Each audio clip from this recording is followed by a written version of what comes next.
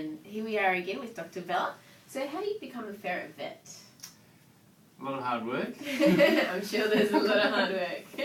Well, look, in vet school, depending on where you go in the world, which vet school you go to, you rarely get much training about ferrets. Yeah.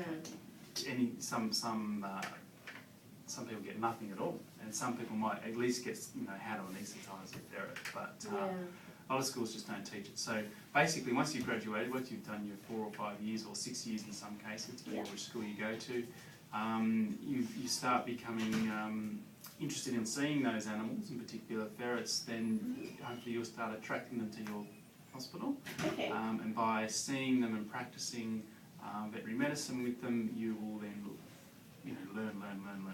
So it's a never-ending learning process. So it's often a self-directed learning. There are minimal courses available you can do after you graduate that might help you establish more knowledge about ferrets.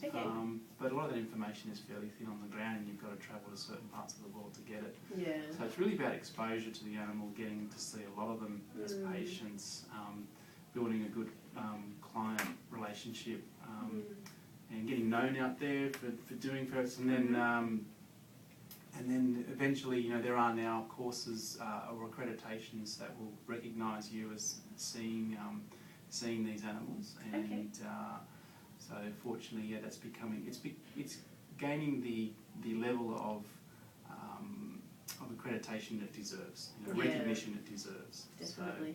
So and would you recommend maybe them finding a mentor, someone who already has? Usually, we see it. We have a lot of students that come to our practice that are interested in mammals, small mammals, and so they tend to seek out someone who's already done a lot of work in the area.